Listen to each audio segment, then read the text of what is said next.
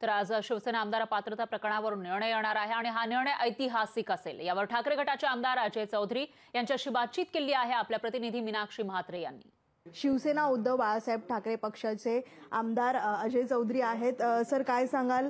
अवघे काही तास राहिलेले आहेत, निकाल विधानसभा अध्यक्ष राहुल नार्वेकर देणार आहेत।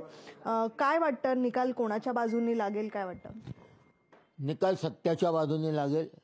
सत्याची बाजू आमची आहे, कारण आम्ही बाळासाहेबांनी स्थापन केलेल्या शिवसेनेसोबत एकनिष्ठ राहिलेलो आहोत। आदरणीय उद्धवजींच्या सोबत जे पक्षाचे प्रमुख आदरणीय उद्धवजी आहेत त्या पक्षाच्या सोबत आम्ही एकनिष्ठ आहोत आणि म्हणून सत्याचा विजय राहील, एकनिष्ठतेचा विजय होईल आणि ह्या भारतातल्या लोकशाहीचा विजय होईल असं मला वाटते। विधानसभा अध्यक्ष राहुल नार्वेकर यांनी जर आपलीच म्हणजे शिवसेना उद्धव बाळासाहेब ठाकरे यांच्या विरोधात जर निर्णय दिला तर तुमचा पर्यायी मार्ग काय असेल? बी प्लॅन काही रेडी आहे का?